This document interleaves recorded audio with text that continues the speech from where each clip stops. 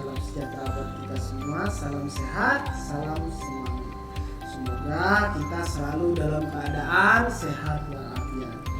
Anak-anak, hari ini kita akan melanjutkan pembelajaran kita sebelumnya, di mana sebelumnya kita mempelajari tema 5, subtema 1. Nah, sekarang kita akan memasuki tema 5, masih di bidang wirausaha, subtema 2, pembelajaran 1 dan 2, halaman 62 sampai dengan 81. Sengaja untuk beberapa terakhir ke depan, Bapak akan memberi pembelajaran langsung 2 pembelajaran, karena mengingat waktu kita sangat sempit sekali untuk memasuki ulangan semester 1, ya.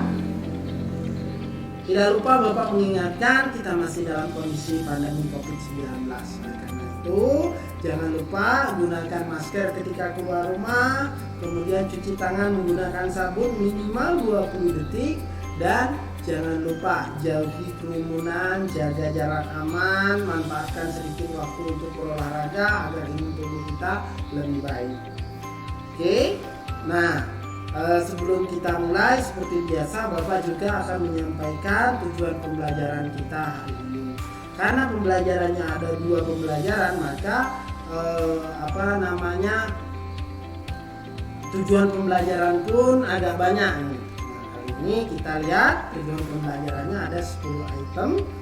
Yang pertama, dengan membaca teks diharapkan kita mampu mengidentifikasi posisi dan peranan Indonesia di bidang ekonomi dalam ASEAN. Kemudian dengan membaca teks kita diharapkan mampu menyajikan laporan tentang posisi dan peranan Indonesia di bidang ekonomi dalam lingkup ASEAN. Yang ketiga, dengan mengamati gambar, bereksplorasi dan berdiskusi, diharapkan kita mampu mengidentifikasi benda-benda magnetis dan non-magnetis secara tepat.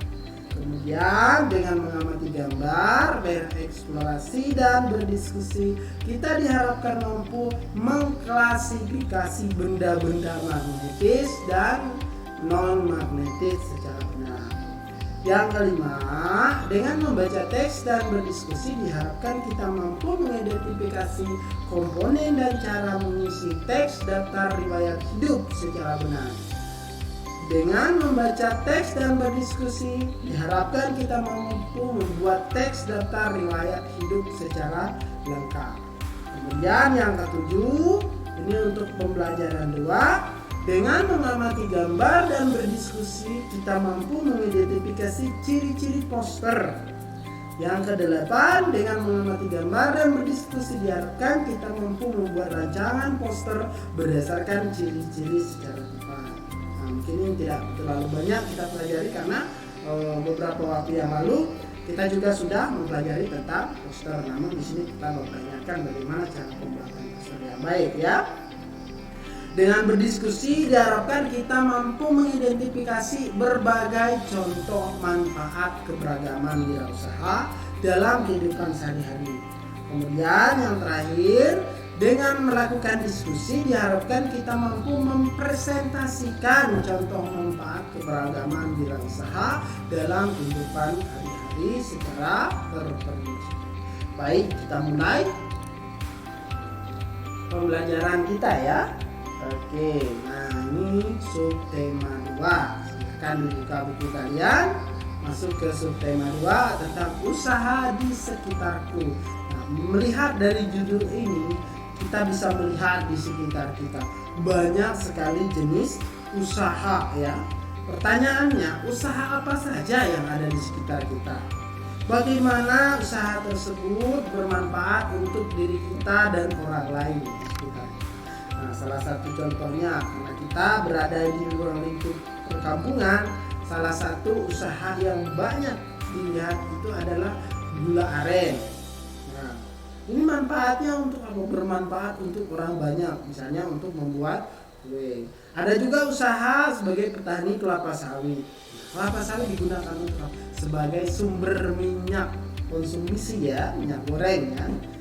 Ini adalah beberapa jenis macam usaha yang ada di sekitar kita, ya yang harus kita ketahui.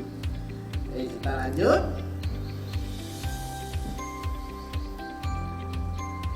Ayo mengamati. Nah, kita lihat di sini ada gambar. Amati gambar dan tuliskan hal yang ingin kamu ketahui lebih lanjut tentang kegiatan wirausaha pada gambar di atas dalam bentuk pertanyaan. Nah, ini kita bisa lihat ya, ini bukan tugas buat kalian, tapi cukup kalian perhatikan. Yang pertama, gambar yang pertama adalah seorang pemuda yang sedang memotokopi. Nah, di sekitar kita banyak fotokopian ya. Itu adalah sebuah usaha. Ada juga salon, seorang bapak-bapak yang sedang mencukur rambut, itu artinya orang yang kerja di salon ya. Kemudian ada bengkel. Nah, di sini bisa kita lihat banyak sekali kalau kita ingin menimbulkan pertanyaan. Misal gunakan pertanyaan-pertanyaan seperti apa, bagaimana, kapan, di mana, ya, siapa. Contohnya bagaimana cara memperbaiki motor. Nah, sudah ada pertanyaan, itu akan dikembangkan di dalam diri kita. Bagaimana cara memotong rambut? Kapan sajakah memotong rambut itu yang baik waktunya? Nah, contoh itu contoh saja ya. Kemudian apa saja yang bisa kita fotokopi? Nah, itu pertanyaan-pertanyaan yang dapat mengembangkan pemikiran kalian ya. Kita lanjut.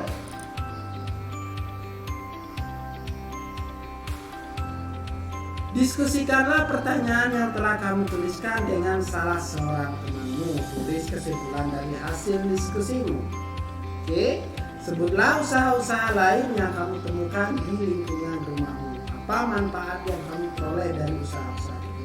Oke, nah di sini ada 3 pertanyaan yang diminta. Tetapi yang Bapak minta kalian cukup mengerjakan 2 ya. Karena kita tidak melakukan diskusi, maka yang Bapak minta kalian menulis jawaban dari sebutkan usaha-usaha lain selain gambar yang tadi ya, yang ditemukan di lingkungan sekitarmu.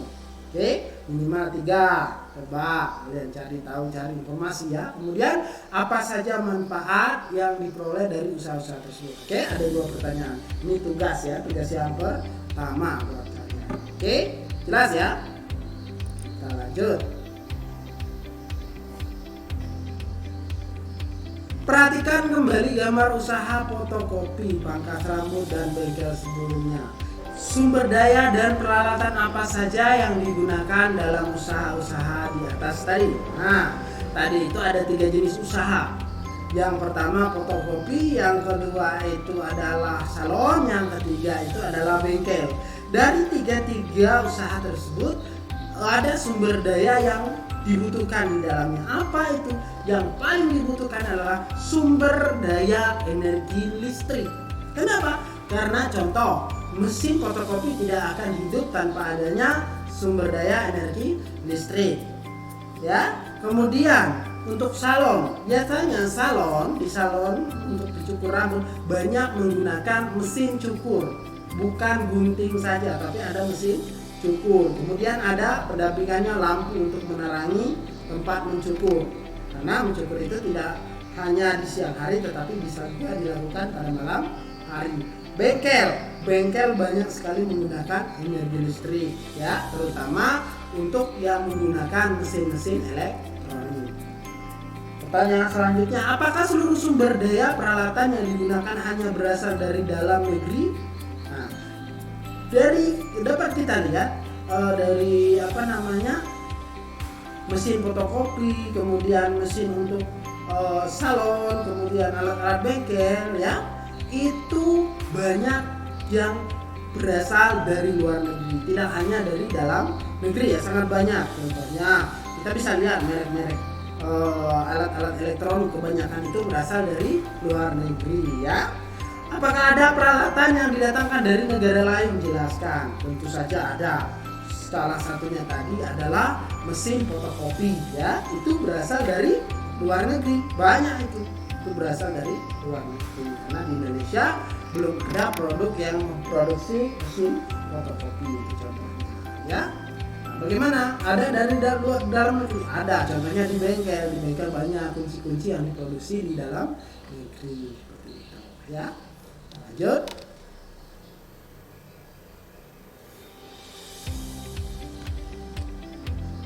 Perhatikan gambar berikut ini. Ini adalah gambar Asia Tenggara, ya, gambar Asia Tenggara. Terdapat 10 negara di sini. Yang pertama Myanmar, Thailand, Laos, Vietnam, Filipina, Brunei, Malaysia, Kamboja, Singapura, dan yang terbesar adalah Indonesia. Ya, jadi kita bisa lihat di sini betapa luasnya negara Indonesia. Hampir sama dengan dibandingkan dengan 9 negara digabung 1 negara Indonesia. Oke, oleh karena itu kalau kita memperhatikan ini, tentu kita harus lebih maju dari negara-negara lain. Kenapa? Karena pemikirnya lebih banyak di Indonesia. Manusia lebih banyak. Ya, karena itu kita harus lebih maju. Tapi faktanya sekarang karena jangkauan dari pemerintah pusat yang belum terlalu banyak ke daerah-daerah yang terpencil, maka kita masih belum terlalu maju. Tetapi kalian sebagai penerus bangsa harus mampu memajukan daerah-daerah sendiri, ya. Karena Indonesia itu satu, kita harus memajukannya bersama-sama. Nah, ini adalah peta tentang keadaan negara yang ada di Asia Tenggara, ya. Kita lanjut. Peta Asia Tenggara. Nah, ini masih ada. Nah, sekarang kita lihat setelah Timor Leste berpisah dari Indonesia, maka di bagian sini kita lihat ada negara Timor Leste, ya. Maka daerah di Asia Tenggara terdiri dari 11 negara. Kalau tadi hanya 10 negara. Jelas ya? Lanjut. Oke. Ini ada lagi peta yang berasal dari negara-negara di Asia Tenggara.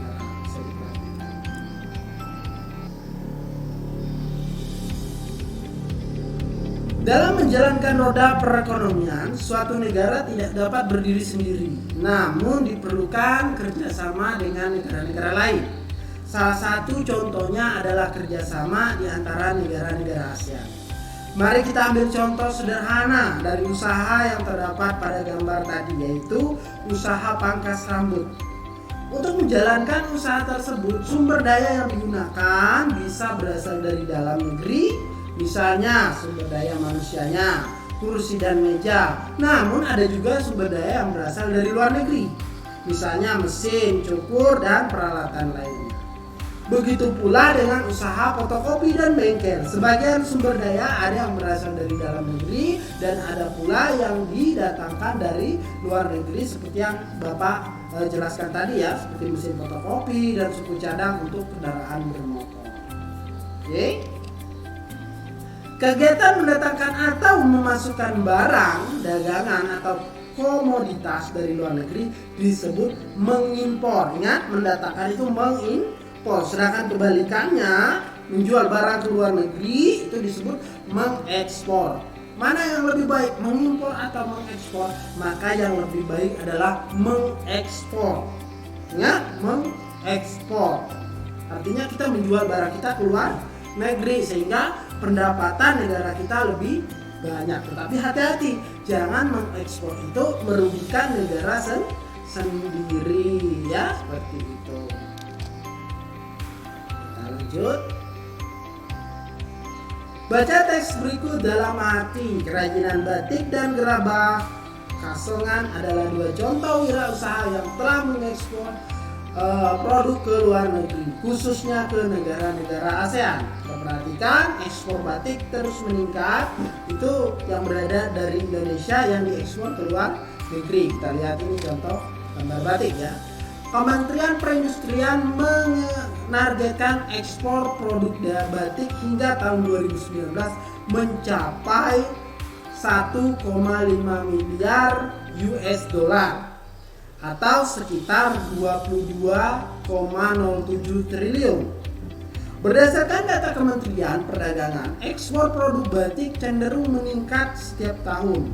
pada periode Januari sampai dengan April tahun 2015 nilai ekspor mencapai 81,8 juta US dollar atau sekitar 1,2 triliun. Ekspor pada tahun 2014 mencapai 340 juta US dollar, sekitar 5 triliun. Jumlah itu meningkat 17% jika dibandingkan dengan ekspor pada tahun 2013. Batik Indonesia sudah diekspor ke berbagai negara ASEAN seperti Malaysia, Singapura, selain itu juga ke negara-negara Amerika seperti Eropa dan Australia. Kita lanjut. Kasongan Bantul ekspor gerabah miliaran rupiah per bulan. Kalangan pengrajin di sentra kerajinan gerabah dan keramik Desa Kasongan, Kabupaten Bantul, Daerah Istimewa Yogyakarta mampu mengekspor berbagai macam kerajinan. Ekspor tersebut mencapai 80 kontainer per bulan atau setara dengan sekitar 6 miliar rupiah. Berbagai kerajinan gerabah yang diekspor itu meliputi guci yang dibalut dengan kram dan kaca, patung, hiasan luar ruangan dengan berbagai model dan motif kebanggaannya. Sentra Kerajinan Kasongan memiliki ratusan perajin yang tersebar di 5 pedusunan dengan sekitar 200 perajin kualitas ekspor, termasuk 5 perajin skala besar. Pada periode 2008 sampai dengan 2010, ekspor kerajinan memang cenderung turun, terutama ke Amerika dan Eropa. Namun mulai tahun 2011 dan setelahnya ekspor mulai meningkat, bahkan mulai merambah ke Australia dan sebagian Asia. Oke.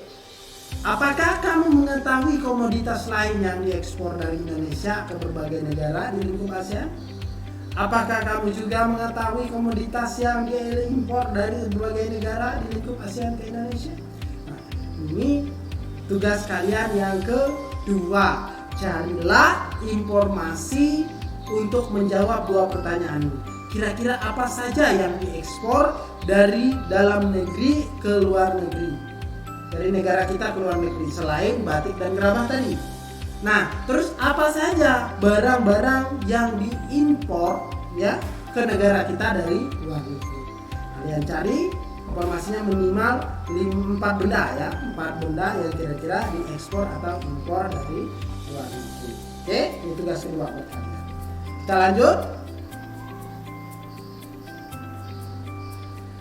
Perhatikan gambar berikut. Apakah ada usaha menjual benda yang menjual benda-benda berikut di sekitar tempat tinggal kita? Kita lihat ada pensil, peniti, penghapus, kemudian ada paku, ada klip dan sisir.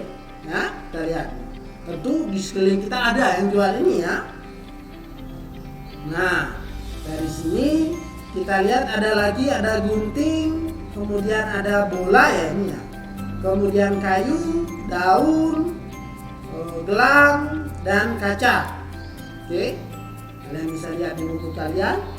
Nah, dari benda-benda tadi kira-kira misalnya benda yang disebutkan tadi kayu, di sini kalian tulis ya, ini tugas ketiga. Kalian tulis di sini kayu. Kira-kira kalau kita prediksi kalau kayu bisa nggak ditarik oleh magnet, ya? Apakah kamu bisa memprediksi yang akan terjadi jika benda-benda tersebut didekatkan dengan magnet? Oke, ini tinggal dicontek. Ini kalian tulis namanya, misalnya kayu, pensil, gelang, peniti, klip. Nah, di sini kalau menurut kalian kira-kira ditarik, contreng di sini. Kalau tidak ditarik, contreng di sini.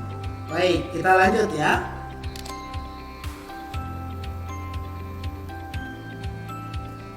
Perhatikan langkah-langkah dalam melakukan percobaan untuk mengetahui benda-benda magnetis dan non-magnetis di tangan.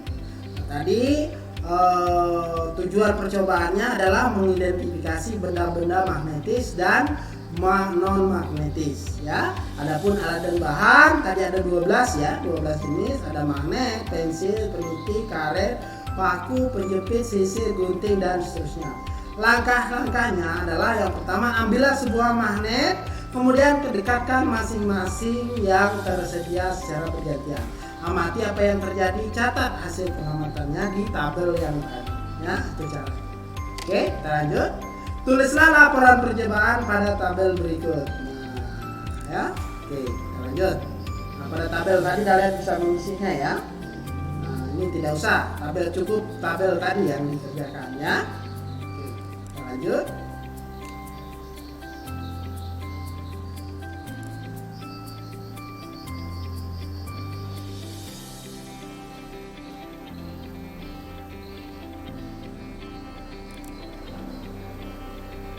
Oke, kita langsung ke sini ya.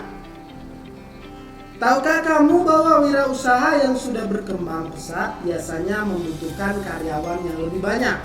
Wirausaha tersebut dapat menulis iklan atau selebaran tentang lowongan pekerjaan untuk mendapatkan karyawan sesuai kebutuhan. Nah, dari hal tersebut, mari kita berdiskusi ya. Di sekolah, Edo akan dilaksanakan simulasi tentang wirausaha, yaitu siswa akan mempraktekkan jual beli di lingkungan sekolah. Untuk kegiatan tersebut dibutuhkan beberapa panitia. Bagi siswa yang berminat dapat mengajukan surat permohonan kepada guru kelas dengan melampirkan daftar riwayat hidup. Edo dan Siti berminat untuk menjadi panitia, namun mereka masih bingung bagaimana cara menulis daftar riwayat hidup. Apakah kamu mengetahui cara membuat daftar riwayat hidup? Oke. Tulis pertanyaan sebanyak-banyaknya tentang daftar riwayat hidup. Oke. Di sini Bapak langsung saja akan menjelaskan apa itu daftar riwayat hidup ya. Baca teks berikut untuk lebih mengetahuinya. Tahukah kamu bahwa daftar riwayat hidup adalah data yang berisi tentang informasi tentang diri seseorang? Kamu dapat membuat daftar riwayat hidup untuk memperluas atau menerangkan data diri kepada orang lain. Kamu membuat daftar riwayat hidup untuk keperluan mendaftarkan diri, misalnya mendaftarkan diri ikut lomba kesenian, menjadi anggota sebuah tim, mengurus suatu kegiatan, atau untuk melamar pekerjaan. Setiap orang memiliki riwayat hidup masing-masing. Riwayat hidupmu pasti berbeda dengan riwayat adikmu, kakakmu, bahkan orang tuamu. Kamu dapat menulis daftar riwayat hidup dalam bentuk singkat maupun dalam bentuk narasi yang lebih panjang atau cerita. Untuk membuat daftar riwayat hidup diperlukan data diri, pengalaman, keterampilan, prestasi yang pernah diraih, serta informasi penting lainnya yang perlu diketahui orang lain. Tulislah sebanyak mungkin informasi penting tentang dirimu dalam bentuk peta pikiran sebagai bahan untuk membuat daftar riwayat hidupmu pada pertemuan berikutnya. Oke, kita lihat di sini ada peta pikiran. Silakan, tugas selanjutnya untuk kalian adalah coba kalian tuliskan kira-kira isi dari riwayat hidup ini. Yang pertama tentang nama, tempat tanggal lahir, pendidikan, tempat pendidikan, jenis kelamin, status sekolah, prestasinya apa saja, dan alamatnya di mana. Contoh, nama kan sudah tahu semua. TTL itu adalah tempat tanggal lahir. Pendidikannya adalah misalnya kalian sekarang adalah sekolah dasar. Tempat pendidikan kira-kira mana? Nah, sebutkan nama tempat pendidikannya di mana. Jenis kelamin laki-laki atau perempuan, status sekolah aktif atau tidak aktif, prestasinya apa saja yang pernah kalian raih, kemudian alamat kalian di mana. Itu contoh isian dari riwayat hidup ya. Oke, kita lanjut. Usaha kecil dan menengah. Gerabah dan batik Nusantara perlu terus dipromosikan agar dikenal lebih luas, baik oleh konsumen dalam negeri maupun mancanegara. Salah satunya melalui poster. Mari kita mengenal poster sebagai bagian dari reklame. Perhatikan gambar tersebut. Ada poster pameran batik, ada juga pameran gerabah. Nah, seperti inilah bentuk poster ya. Oke, kita lanjut. Diskusikan pertanyaan berikut dalam kelompokmu. Nah, karena kamu tidak berkelompok, silakan dikerjakan masing-masing. Bagaimana pendapatmu tentang poster tersebut? Apa saja keterampilan yang diperlukan untuk membuat poster? Bisakah kamu menduga-duga langkah cara membuat poster tersebut? Oke, tugas selanjutnya buat kalian ya. Lanjut. Nah, kamu telah mengamati contoh poster pameran batik dan gerabah Nusantara. Sekarang akan membuat poster tentang pameran seni tradisional yang disesuaikan dengan budaya daerahmu. Sebelumnya, perhatikan langkah-langkah berikut. Proses mendesain poster dengan tangan. Langkah pertama, siapkan kertas polos, pensil, dan pensil warna. Kemudian merancang poster dengan tangan bisa sangat menyenangkan. Kamu akan mengetahui beberapa hal yang akan membantu postermu tanpa indah dan menarik. Langkah kedua, pilih kertas polos sesuai keinginan. Ketika kamu merancang poster dengan tangan, kamu dapat menentukan ukuran kertas sesuai dengan keinginanmu ya. Kemudian langkah ketiga, buatlah 3 garis tipis, gambar garis mendatar sekitar 6 cm dari batas halaman kertas. Kamu akan menulis judul postermu pada bagian ini. Gambar garis mendatar sekitar 6 cm dari bawah halaman kertas. Kamu akan menulis informasi tentang hal-hal yang kamu ingin supaya orang lain mengetahuinya. Misalnya mencantumkan tempat, tanggal, nomor telepon seperti kunjunglah pameran kami. Oke, lanjut. Langkah keempat, buatlah judul pada bagian atas kertas. Tulislah huruf-huruf dengan pensil secara tipis. Kamu dapat menyesuaikan besar huruf dengan ukuran kertas. Contohnya pameran gerabah. Atau selanjutnya langkah kelima, buatlah catatan kaki. Catatan kaki adalah gambar dan buatlah tulisan secara tipis pada bagian bawah. Catatan kaki ini adalah tulisan yang ada di bagian bawah kertas ya. Informasi-informasi yang diperlukan. Selanjutnya, isi bagian tengah dengan gambar yang berkaitan dengan gagasan utama postermu. Untuk poster pameran seni, kamu akan membuat gambar yang berkaitan dengan pameran. Misalnya gerabah, kamu dapat membuat 1 atau beberapa gambar. Buatlah sketsa dengan tipis, seperti gambar di samping ini ya. Kita lanjut. Warnailah poster ya.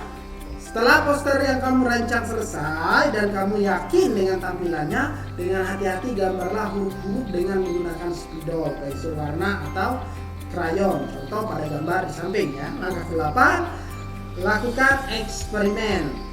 Ini hanya panduan umum. Silakan eksperimen sesuai dengan kreativitasmu. Jadi tidak harus seperti gambar yang ada di poster gambar ini ya, itu maksudnya. Oke. Untuk hari ini kita cukupkan pembelajaran kita. Mudah-mudahan apa yang kita pelajari bermanfaat dan tolong tugas-tugasnya dikerjakan sesuai dengan perintah agar Bapak lebih mudah menilai hasil kinerja kalian ya. Mungkin untuk hari ini kita cukupkan. Bapak akhiri wabillahi taufiq wal hidayah. Wassalamualaikum warahmatullahi wabarakatuh. Salam cerdas.